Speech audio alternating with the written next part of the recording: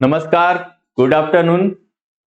देखिए, आप लोगों ने अभी तक bank rate, repo rate, reverse repo rate, monetary policy को देखा होगा और अभी थोड़ी देर पहले बैंक्स ऑन टेक्निकल इंस्टीट्यूट के चैनल पर ग्रेस ऑन लॉ देखा होगा।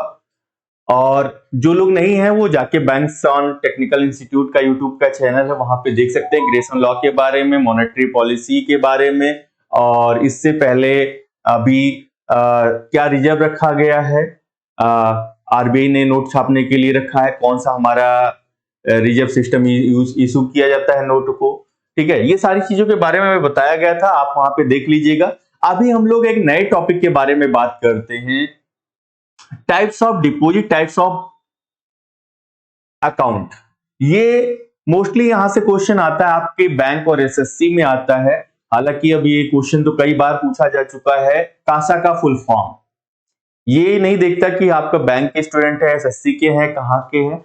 वो उसने कासा का फुल फॉर्म कई क्वेश्चनों में, कई पेपरों में आपसे पूछा हुआ है, तो हम उसी के बारे में चलते हैं। और बहुत बड़ा टॉपिक नहीं है ये, अगर देखें आप रट्टा मारने की कोशिश करेंगे तो बहुत बड़ा हो सकता है, लेकिन अगर इसमें जो टेक्निकल क्वेश्चन पूछे जाते हैं आपसे उसके बारे में बात करेंगे तो बहुत छोटा सा टॉपिक है, मुश्किल से कह लीजिए 10 से 15 मिनट में खत्म हो जाता है। और अगर आप ध्यान से देखेंगे तो इसके बाद यहां से कोई क्वेश्चन आपके गलत भी नहीं होंगे। ठीक है, तो हम लोग देखते हैं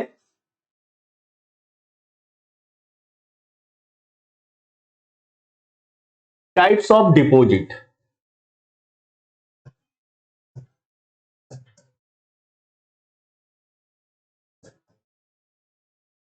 डिपॉजिट कितने टाइप के होते हैं? अगर बैंक की बात करें, बैंक में कितने टाइप के डिपॉजिट होते हैं आप लोग बताइए, कितने टाइप के होते हैं?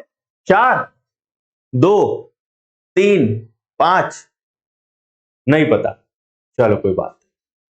देखिए, डिपॉजिट सिर्फ दो ही तरीके के होते हैं। अगर आप ध्यान से सोचे, जब आप बैंक में अकाउंट खुलवाने के लिए जाते हैं या पैसा निकालने के लिए जाते हैं, बैंक वाला सिर्फ आपसे दो क्वेश्चन करता है। एक, आप पैसा लेके आते, फॉर्म भरते, जमा कर लेता, कुछ नहीं पूछता। और एक में आपसे पूछता है भाई कितने दिन के लिए करवाना है, कितने दिन बाद, या आपने मान लीजिए 5 साल के लिए एफडी आरडी करवा रखा है, जैसे निकालने जाओगे 5 साल से पहले बोलेगा आपसे 5 साल के लिए करवाए थे, आप पहले कैसे आ गए। तो वहां पे आपसे एक में टाइम पूछता है, एक में नहीं पूछता है। ठीक है, तो इसीलिए डिपॉजिट की अगर हम बात करें, अकाउंट की भी बात नहीं कर रहे हैं, बात किसकी कर रहे हैं? डिपॉजिट की बात कर रहे हैं। तो बैंकों में डिपॉजिट दो तरीके के होते हैं, कौन कौन से? डीडी और टीडी। फुल फॉर्म क्या है डीडी का और टीडी का? डीडी का है डिमांड डिपॉजिट,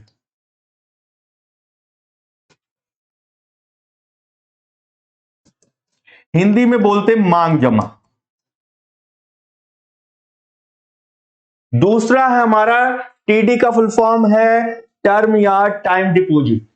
ठीक है, टीडी का फुल फॉर्म क्या है? टर्म या टाइम डिपॉजिट। हिंदी में इसे बोलते हैं सावधि जमा।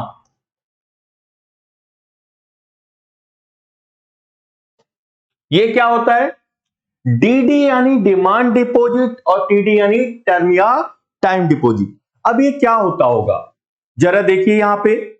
डीडी यानी आप बैंक में गए, डायरेक्टली फॉर्म भरा, पैसे जमा कर दिए अपने अकाउंट में।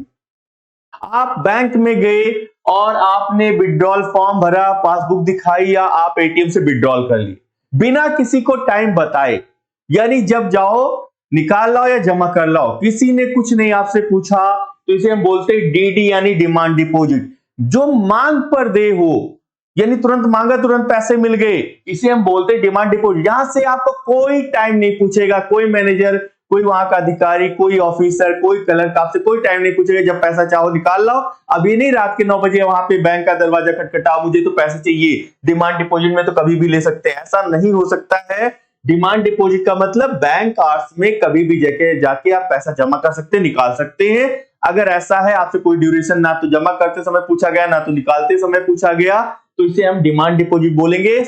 इसे बोलेंगे मांग पर दे जो होता है उसे हम डिमांड डिपॉजिट, मांग जमा बोलते हैं। और एक ऐसा डिपॉजिट जिसमें हमेशा आपसे टर्म या टाइम पूछा जाता है, समय पूछा जाता है, कितने दिन के लिए जमा करोगे या निकालते जाओगे। तो इसे हम सावधि जमा टर्म या टाइम डिपॉजिट बोलते हैं। जैसे बैंक में आप गए, आपने कहा मुझे आरडी खुलवाना है या मुझे एफडी खुलवाना है, तो अभी आपका अकाउंट खुला नहीं है, तुरंत बैंक वाला आपका फॉर्म बोलेगा, ये फॉर्म देगा, कहेगा भरो, इसमें लिखो कितने टाइम के लिए आपको खुलवाना है। और जब निकालने जाओगे, मान लो 5 साल के लिए आपने करवाया था, 3 साल पे पहुंच गए, तुरंत पूछेगा आपने 5 साल के लिए करवाया था, 3 साल पे क्या जरूरत पड़ गई निकालने की? निकाल तो देगा, लेकिन हमेशा आपसे जमा करने जाओ या निकालने जाओ, आपसे टर्म या टाइम पूछा जाएगा। तो इसे हम क्या बोलते हैं? सावधि जमा टर्म या टाइम डिपॉजिट बोलते हैं। तो डिपॉजिट कितने टाइप के हो गए? 2, डीडी और टीडी। डीडी का मतलब डिमांड डिपॉजिट और टीडी का मतलब टर्म या टाइम डिपॉजिट। इसमें हमेशा आपसे कोई डिमांड नहीं की जाएगी, टाइम की कोई पूछताछ नहीं होगी, जब चाहो जमा कराओ, जब चाहो निकाल लाओ। इसे डिमांड डिपॉजिट बोलेंगे, जहां पे आपको फॉर्म भरते समय लिखना होगा कितने दिन के लिए करवा रहे हैं, या निकालते समय आपसे किसी ने टाइम के ड्यूरेशन का जिक्र कर लिया, इसी को हम बोलते हैं टर्म या टाइम डिपॉजिट। अब हमने डिपॉजिट के 2 टाइप बताए, अकाउंट्स के नहीं बताए हैं। अब इन दोनों डिपॉजिट के 2-2 अकाउंट होते हैं, इसके भी 2 अकाउंट होते हैं और इसके भी 2 अकाउंट होते हैं। ठीक है, इसी को हम टर्म या टाइम डिपॉजिट बोलते हैं। इसके 2 अकाउंट होते हैं और डीडी के 2 अकाउंट होते हैं। तो अकाउंट कितने हो गए? 2 इसके और 2 इसके, कितने हो गए? 4। इसके कौन से 2 अकाउंट हैं? देखिए यहां पे ध्यान से, डीडी के पहला अकाउंट कौन सा है? सीए यानी करंट अकाउंट। दूसरा कौन सा है? एसए यानी सेविंग अकाउंट। करंट अकाउंट को हिंदी में क्या बोलते हैं? चालू खाता। सीए करंट अकाउंट यानी चालू खाता, एसए सेविंग अकाउंट यानी बचत खाता। इसके 2 अकाउंट कौन कौन से हैं? राफा, आरए और एफए। आरए का फुल फॉर्म क्या हो गया? रिकरिंग अकाउंट, आवर्ती खाता, और इसका क्या हो गया? एफए फिक्स अकाउंट यानी सावधि जमा खाता। ठीक है, क्या बोलेंगे? फिक्स अकाउंट, सावधि जमा खाता। तो कितने टाइप के अकाउंट हो गए? 4, कासा और राफा। अभी हमने स्टार्ट करने से पहले पूछा था आपसे, कासा का फुल फॉर्म आपसे कई बार पूछा चल चुका है। तो कासा का फुल फॉर्म क्या हो गया? सीए से करंट अकाउंट, एसए से सेविंग अकाउंट। ठीक है, तो कहीं भी कासा का फुल फॉर्म दिया हो तो करंट अकाउंट, सेविंग अकाउंट। ठीक है, राफा का फुल फॉर्म क्या हो जाएगा? रिकरिंग अकाउंट और फिक्स अकाउंट। तो अकाउंट डिपॉजिट कितने टाइप के हो गए? 2। कौन कौन सा? डीडी और टीडी, डिमांड डिपॉजिट और टर्म या टाइम डिपॉजिट। मांग जमाएं, सावधि जमाएं। और अकाउंट कितने टाइप के होते हैं? 4। कौन कौन से? कासा और RAFA, current account, fix account, sorry current account, saving account, और राफा रिकरिंग अकाउंट और फिक्स अकाउंट। ठीक है, अब कई बार क्वेश्चन यहां से आता है, ऐसा कौन सा डिपॉजिट है जिसमें हमेशा ड्यूरेशन पूछा जाता है? तो टर्म या टाइम डिपॉजिट। ऐसा कौन सा अकाउंट जिसमें, कौन सा अकाउंट है जिसमें आपसे ड्यूरेशन पूछा जाएगा? तो ड्यूरेशन किसमें पूछा जाएगा आपका? इन दोनों अकाउंट में पूछा जाएगा। तो ये अकाउंट भी अलग रहा है और डिपॉजिट भी अलग है। तो दोनों आप ध्यान दीजिए, डिपॉजिट अलग होता है, अकाउंट अलग होता है। डिपॉजिट सिर्फ 2 टाइप का होता है, अकाउंट कितने टाइप का होते हैं? 4। अब क्वेश्चन आएगा करंट अकाउंट के बारे में, देख लेते करंट अकाउंट से क्या क्या क्वेश्चन बन सकता है। ऐसा कौन सा अकाउंट है जिसमें ट्रांजैक्शन की कोई लिमिट नहीं होती, चाहे जितना दिन भर में जमा कराओ, 10 बार, 20 बार, 50 बार, चाहे जितनी बार निकाल लाओ पैसा। करंट अकाउंट, करंट अकाउंट में ट्रांजैक्शन की कोई लिमिट नहीं है, 100 बार जमा करो, 50 बार जमा करो, डेली का, चाहे जितनी बार निकालो, कोई दिक्कत नहीं है। बशर्ते क्या होता है, इस पे इंटरेस्ट नहीं मिलता है। कौन सा ऐसा अकाउंट है जिसपे इंटरेस्ट नहीं मिलता है? Current account. कई बार क्वेश्चन आ चुका है, ऐसा कौन सा अकाउंट है जिसपे सबसे कम ब्याज मिलता है? आप करंट अकाउंट पे टिक करते, जो कि गलत है, मिलता ही नहीं ब्याज, तो टिक क्यों कर रहे हो? सबसे कम ब्याज आपको सेविंग अकाउंट पे मिलता है, करंट अकाउंट पे कोई ब्याज नहीं मिलता है। क्योंकि बैंक वालों ने क्या कहा? बिजनेसमैन, क्योंकि ये मोस्टली किसका होता है करंट अकाउंट? बिजनेसमैन का। बिजनेसमैन ने कहा, देखिए बैंक मैनेजर से बोला, देखिए हमें एक ऐसा अकाउंट दीजिए जिसमें हमारे बिजनेस में ज्यादा पैसा आ जाए, हम आके जमा कर जाए, हमारे यहाँ थोड़ा सेफ्टी रहे, और जब जरूरत पड़े दिन भर में कई बार हम निकाल ले। बैंक वाले ने कहा, ऐसा कर तो देंगे हम, लेकिन हम आपको उसमें ब्याज नहीं दे पाए। काम मत दीजिए, जितना आप ब्याज साल भर में दोगे उतना हम 2-4 घंटे में कमा लेंगे। लेकिन हमें सेफ्टी चाहिए, तो बोला ठीक है आप ऐसा करें करंट अकाउंट खुलवा लीजिए, यहाँ पे दिन भर में कितनी बार भी आप जमा करिए, कितनी बार भी निकालिए, लेकिन ब्याज नहीं देंगे, कार नहीं चाहिए हमें। ठीक है, तो ऐसा कौन सा अकाउंट है जिसमें दिन भर में कई बार ट्रांजेक्शन कर सकते हैं? Current account. ऐसा कौन सा अकाउंट जिसमें ब्याज नहीं मिलता है? Current account. ऐसा कौन सा अकाउंट है जिसपे ओवरड्राफ्ट की फैसिलिटी मिलती है? Current account. कौन सा है? Current account. अब बात करते हैं ओवरड्राफ्ट क्या होता है। बैंक ओवरड्राफ्ट का नाम आपने कई बार सुना होगा।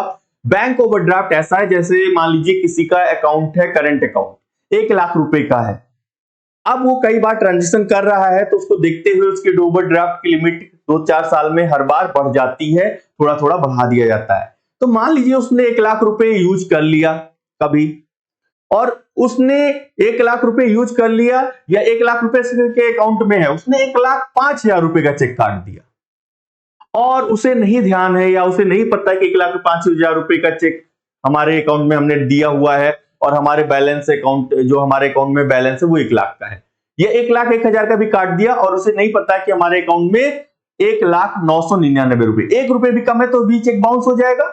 ऐसे में बैंक फैसिलिटी देता है, मान लो 5,000 रुपए को उसको ओवरड्राफ्ट की फैसिलिटी दे रखा है, तो बैंक अपनी तरफ से 5,000 रुपए और जो था ओवरड्राफ्ट से उसको लगा के चेक पास कर देगा।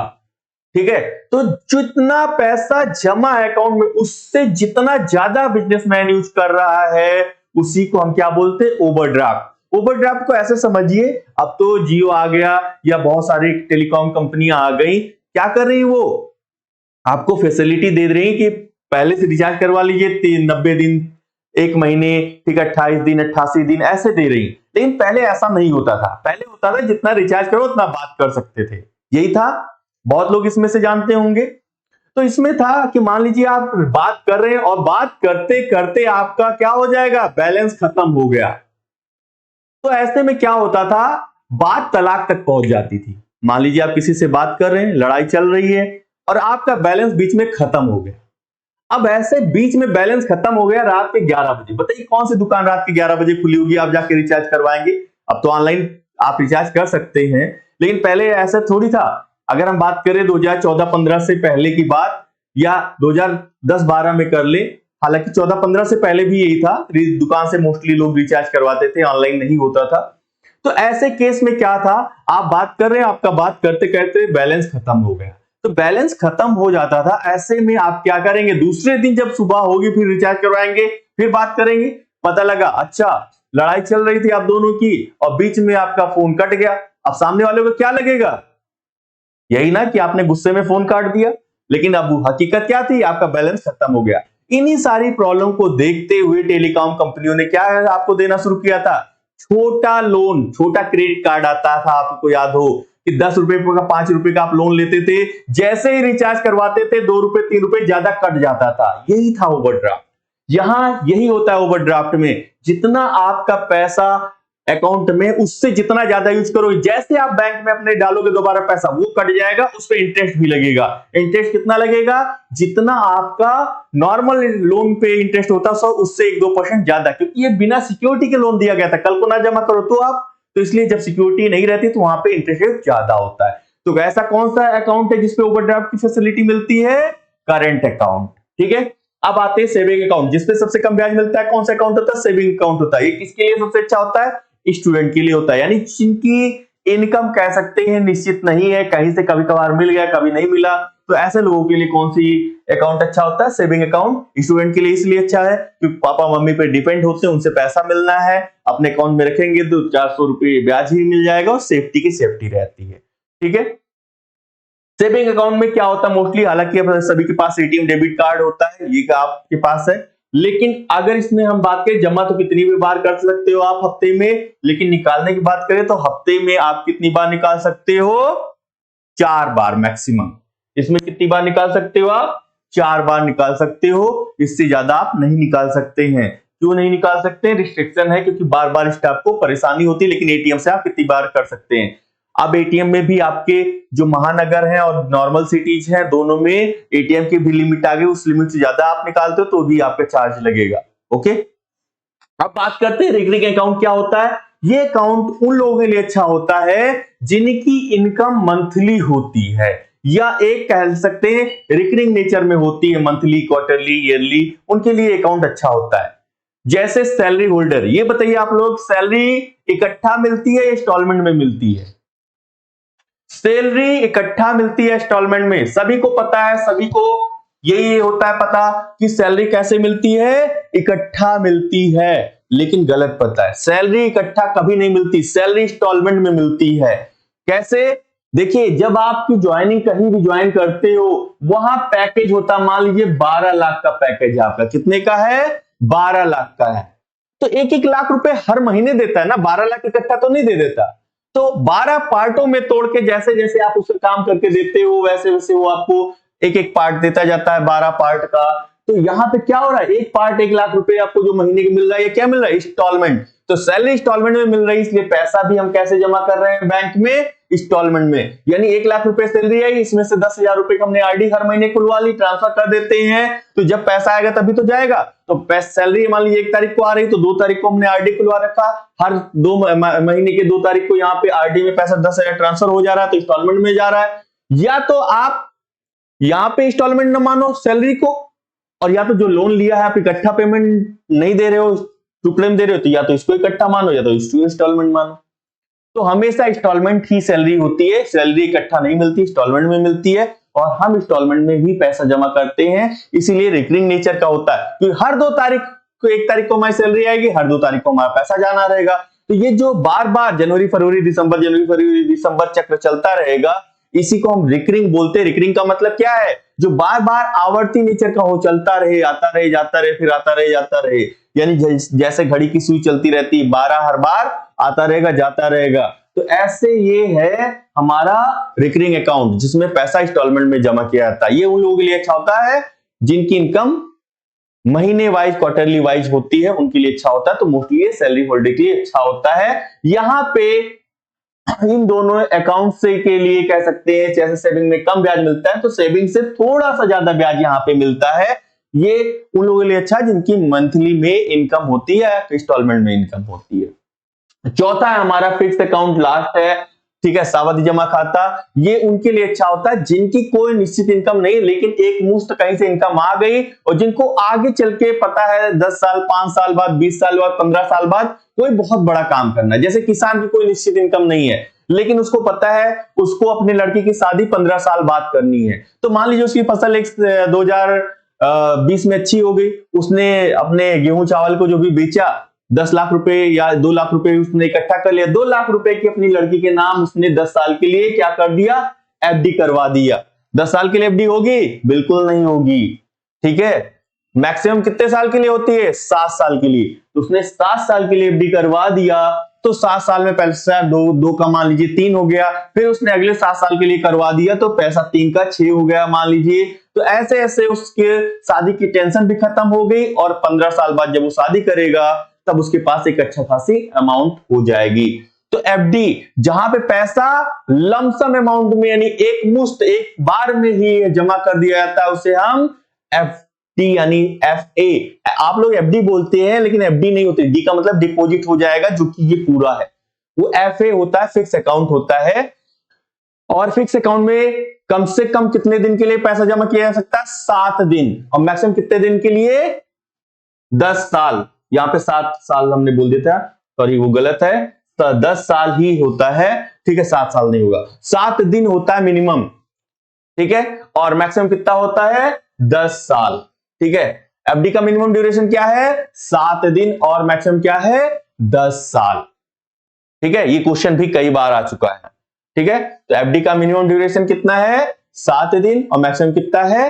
10 साल, ओके, ठीक है। तो ये टॉपिक खत्म। कितने टाइप के डिपॉजिट हो गए? 2, डीडी और टीडी। अकाउंट कितने टाइप के हो गए? 4, कासा और RAFA, current account, saving account, recurring account और फिक्स अकाउंट, ओके। तो ये खत्म हो गया ये टॉपिक। अब आप लोग देखिएगा, नेक्स्ट क्लास में फिर से मिलते हैं, और आप लोग टारगेट जीत को चैनल को सब्सक्राइब कर दीजिए, और शेयर कर दीजिए, लाइक कर दीजिए। और यहाँ पे आपको लगातार और भी आपके कॉमर्स से, अकाउंट से, इकोनॉमिक्स से यहाँ पे क्वेश्चन आपको मिलते रहेंगे, जो कि एग्जाम के लिए पॉइंट ऑफ व्यू से बहुत अच्छे हैं। और आप लोग रेगुलर क्लास करना चाहते हैं, ठीक है, तो जुड़े रहिए, आपको जल्दी ही इन्फॉर्म किया जाएगा। Okay, thank you.